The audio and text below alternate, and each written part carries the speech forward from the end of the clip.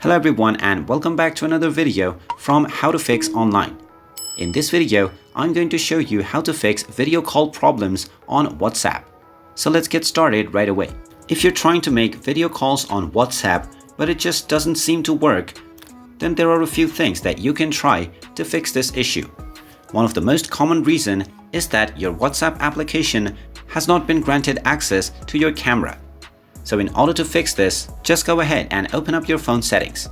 From the settings page, scroll down and tap on apps.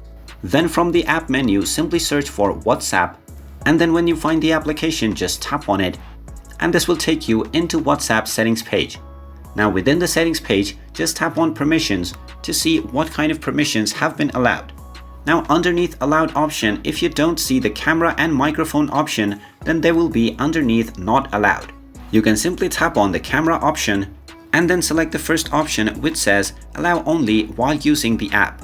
You can then repeat this process with microphone as well. And now you can see that your camera and microphone have been added to the allowed section.